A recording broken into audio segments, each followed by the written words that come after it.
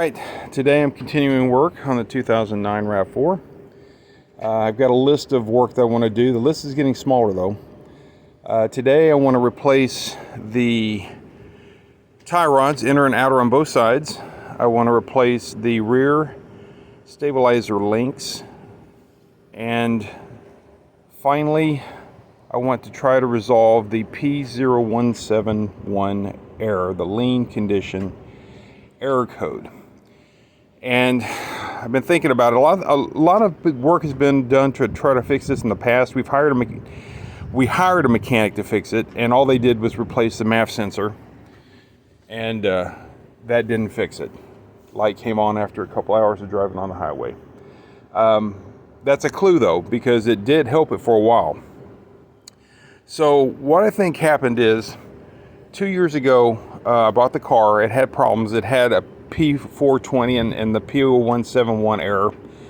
And it also, after we drove it for a couple weeks, it developed an error or a set of errors for the charcoal canister.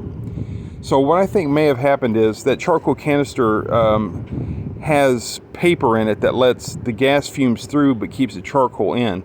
Well, I think that ripped open just because it was old and allowed carbon particles to travel up into the purge valve right here. So we tried to, I replaced the catalytic converter because it had a P420, and that was probably a false error, red herring. I also replaced the oxygen sensor, and I checked for leaks everywhere, and I didn't find any leaks. So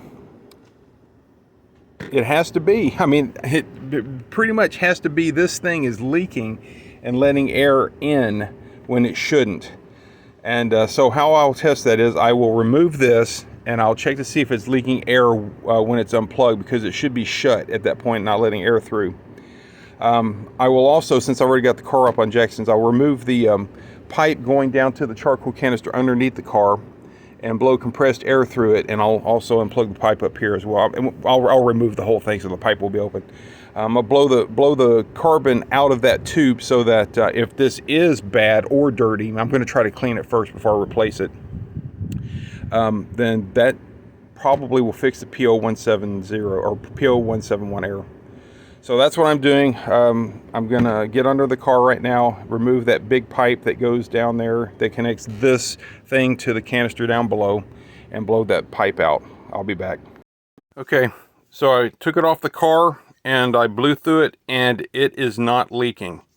So this is not the problem. And I took MAF airflow sensor cleaner and blasted through this, and nothing black came out of it. It's clean.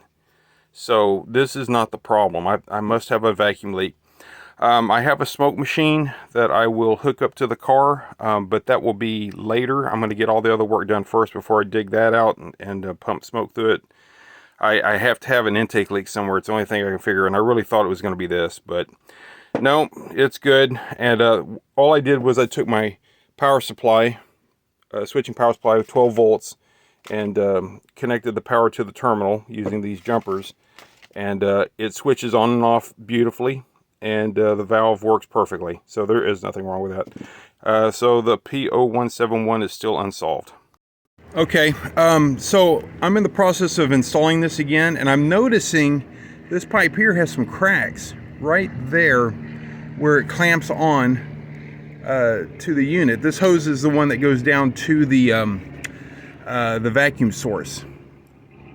I'm sorry, not the vacuum, well, the engine. It goes down to the intake manifold, so I'm going to call it the vacuum source, intake manifold. So if those cracks there are letting just a little bit of air through, that's going to cause the problem right there. So I'm going to cut that tip off and get me a clean ending on this pipe and put that back on and see if that doesn't fix the problem. I don't think I have to replace the pipe. I think just cutting off that tip right there is all I'm going to need to do. But look at that. See how it's all cracked up? That could be the source of the leak. It's probably wishful thinking, but it's something to do. Let me give it a shot. All right, I cut off maybe ½ inch of that hose. Let's see if I can show it. I cut off about a ½ inch of that hose, And it fits on there really well now, really snug. Before it would just slide off with very little effort. So that could very well be the source of the leak. I'm having a little trouble getting this clip back on though, so I have to use some pliers. Before I didn't have to, before I just used my fingers. I can't get the slide over. All right, so I'm confident that might have, well, I'm hopeful that that might have fixed it.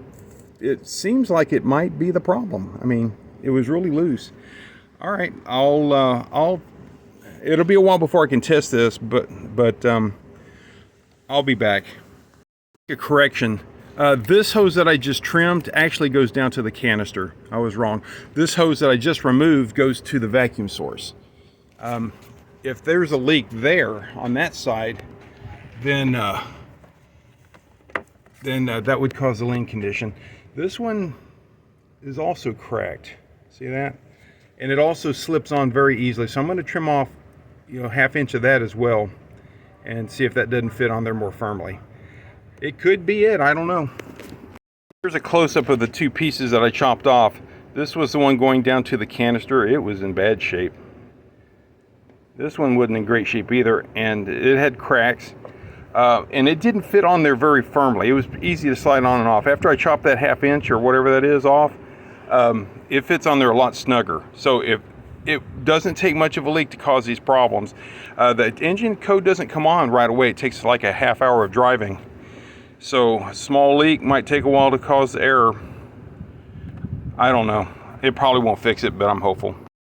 I'm getting close to being done with everything I'm going to be doing to this car. Yesterday was when I did the purge valve hose clipping to remove the cracked hoses, and we've been driving the car last night and today.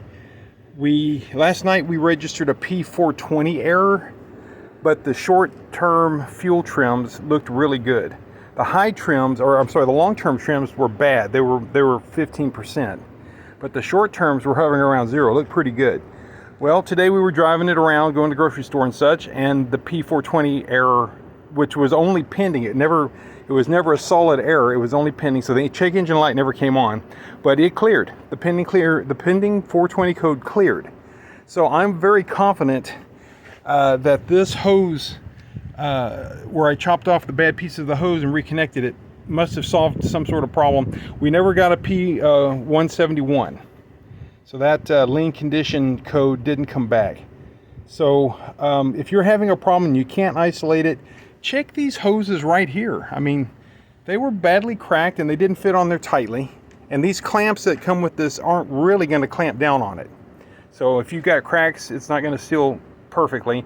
And the very smallest leaks in the vacuum system can cause that 171 code.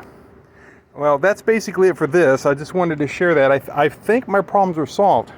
The P420 error that we got last night, I'm going to keep an eye on it, but it may have been a residual from the leaks.